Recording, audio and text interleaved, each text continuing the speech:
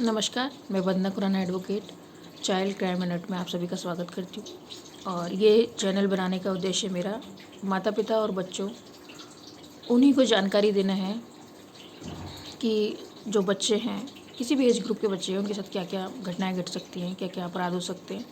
तो क्यों ना हम लोग सतर्कता से रहें।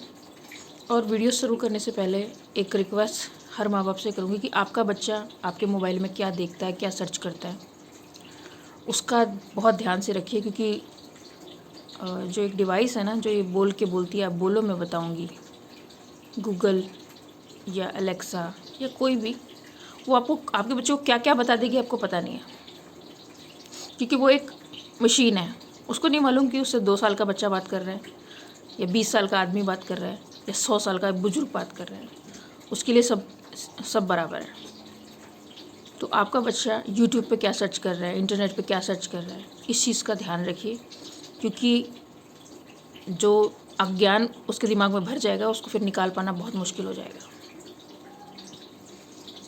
तो हम बात कर रहे थे बच्चों के ऊपर होने वाले अपराधों के बारे में। तो अभी जो में हम बात करेंगे, ये करेंगे दूसरे के बच्चे को प्रताड़ित करना। तो मान लीजिए आपके बच्चे किसी भी उम्र के हैं, 2 साल 10 साल 12 साल 15 साल, टीनेजर तक हम मान लेते हैं कि हम उसको बच्चा है। वैसे बच्चे हैं नहीं, 15-16 साल की उम्र में काफ़ी इंटेलिजेंट हो जाते हैं, लेकिन फिर भी सामाजिक समझ उनको नहीं होती, उतनी नहीं होती जब तक उनकी पढ़ाई वैसी ना हो। मैच्योरिटी इतनी जल्दी नहीं आती है। बहुत रेयर होगा ऐसा कि किसी बच्चे को सिर्फ क्योंकि किताबी बातें पढ़ के मैच्योरिटी नहीं आती है। मैच्योरिटी समय के हिसाब से आती है, क्योंकि वो फिजिकल चेंज भी होता है, मेंटल चेंज भी होता है, बहुत सारा ऑब्जर्वेशन होता है समाज से, किताबों से, पढ़ाई से, दूसरों की घटनाएं सुन के। तो वो इतना जल्दी एक्सेप्ट कर लेना कि एक 15 साल का बच्चा बहुत सारे डिसीजन अगर मतलब लेने की उसमें कंडीशन में आ जाता है, तो ऐसा नहीं है। तो दूसरे के बच्चे को, मान लीजिए आपका छोटा बच्चा है, अपने अपना बच्चा किसी को, बहुत सारे होते लोग, हमें दे दो हम खिला लेंगे उसको।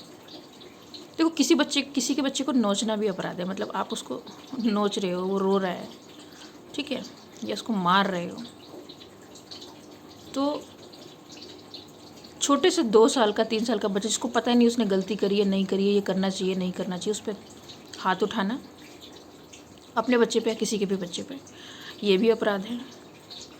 ठीक है, उनको डांटना बच्चों को, वो भी अपराध है। बच्चों को गाली देना, ठीक है, बच्चों के सामने किसी और से दुर्व्यवहार करना, या बच्चे के माँ बाप को बच्चे के सामने उल्टा सीधा बोलना। देखिए, बच्चे मानसिक या शारीरिक 2 तरीके से प्रताड़ित हो सकते हैं। मानसिक ये कि आप उसको बुरा भला कहो, उसके माँ बाप को बुरा भला कहो, उसकी बहन को बुरा भला कहो, उसके भाई को बुरा भला कहो, उसने जो कपड़े पहने हैं उसको बुरा भला कहो, उसने जो खाना खाया है उसको बुरा भला कहो, वो किसी स्कूल में पढ़ता है, कौन सी भाषा बोलता है, उसको बुरा भला कहो, ठीक है, या उसके रिजल्ट कार्ड में कितने नंबर आए हैं उसको बुरा भला कहो, ठीक है। या आप ये अपने बच्चे के साथ कर रहे हैं ऐसी प्रताड़ना, या आप किसी और के बच्चे से बोल रहे हैं। मान लीजिए कोई 5th क्लास का स्टैंडर्ड का बच्चा है, ठीक है, आपका ही बच्चा है, कोई रिलेटिव आपके घर पे आता है और वो उसकी ड्रेस को लेके, उसके स्कूल को लेके, उसकी लैंग्वेज को लेके, या उसके रूप को लेके, रूप मतलब भाई होता है, सारे बच्चे तो बिल्कुल एकदम फोटोजेनिक नहीं होते ना।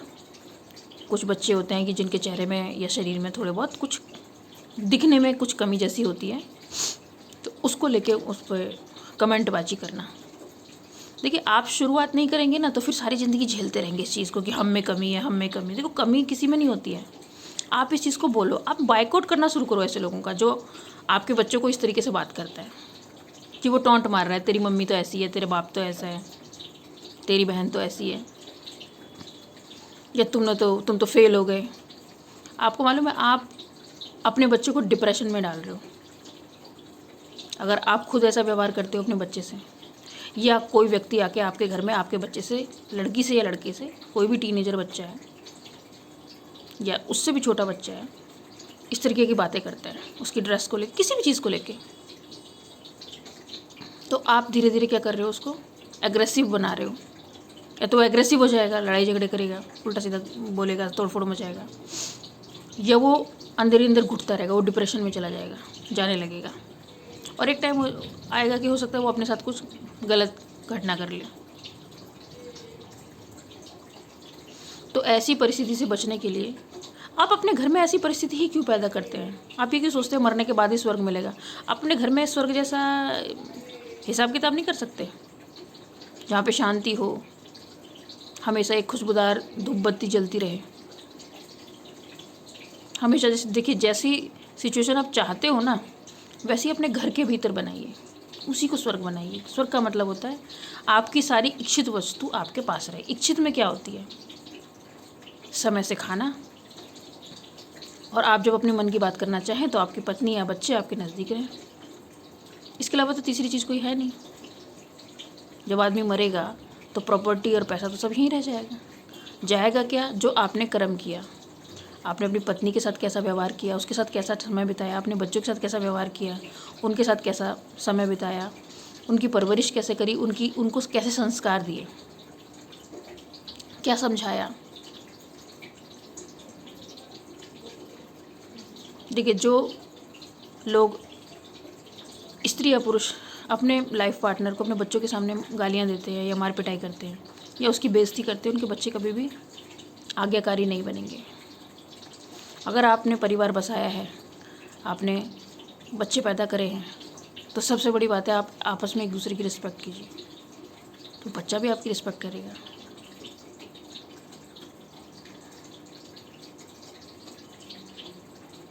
और उसको कोई झूठी ज़िंदगी मत देखने दीजिए, कोई झूठी दुनिया। जो ये फिल्में हैं, ये जो टीवी सीरियल है, ये सब झूठी दुनिया है, ये रियल लाइफ नहीं है। उनको बताओ ये रियल लाइफ नहीं होती, ये मनगढ़ंत कहानियाँ होती हैं, और मनगढ़ंत कहानियों में कुछ भी भरा जा सकता है। अगर आपको अपनी ही ज़िंदगी बहुत अच्छी बनानी है, राजा के जैसे आपको जीना है, तो आप देखो राजा बड़े बड़े काम करता है, राजा मदद करता है, राजा हमेशा न्याय करता है। आप हो वैसे? आपने भी अपने बच्चों के साथ कभी ना कभी अन्याय किया होगा, पक्षपात किया होगा। तो ये भी पक्षपात करना भी एक मानसिक प्रताड़ना है कि आप अपने, मान लो आपके 3 लड़के हैं तो आप एक को फेवर कर रहे हो, एक को फेवर नहीं कर रहे हो, तो ये भी पक्षपात है। और पक्षपात देखिए जो आप करोगे, आप और भी वीडियो देख लीजिएगा। मैं प्रकृति और प्रकृति की शक्ति को बहुत मानती हूँ।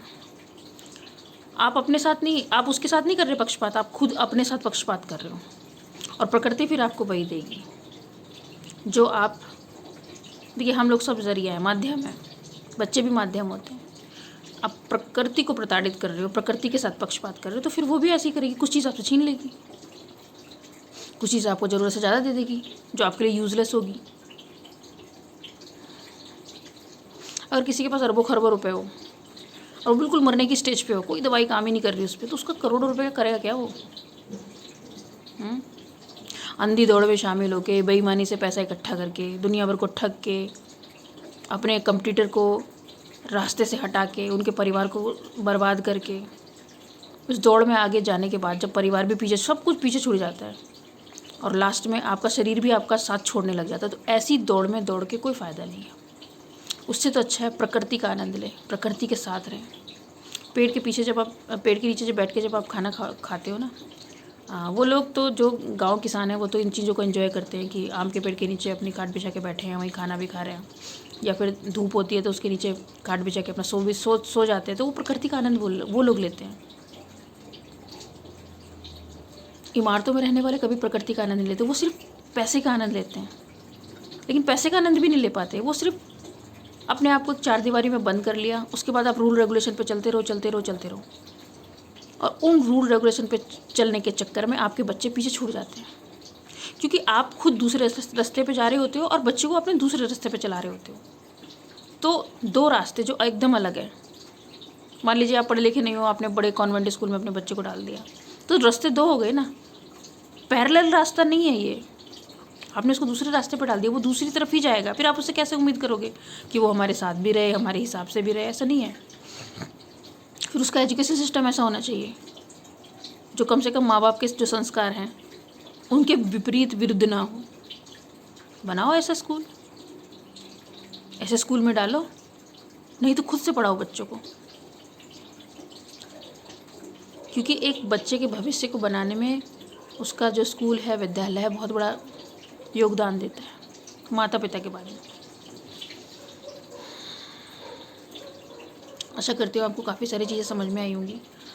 और जिस व्यक्ति को मेरी वीडियो समझ में ना आए कोई बात नहीं, मेरा व्हाट्सअप नंबर है 9958336813।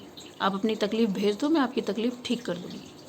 अगर आपको लगता है कि ऐसी वीडियोज़ नहीं होनी चाहिए, ऐसी बातें नहीं होनी चाहिए, तो ज़रूर से ज़रूर आप व्हाट्सअप करो, मैं आपके व्हाट्सअप पे जवाब दूँगी। और बाकी ऐसे माता पिता को जो अपने बच्चों की काउंसलिंग मुझसे कराना चाहते हैं तो भी संपर्क कर सकते हैं। नहीं तो आप जैसे मैं आपसे बात कर रही हूँ आप वैसे ही सिंपल अपने बच्चों से बात कीजिए।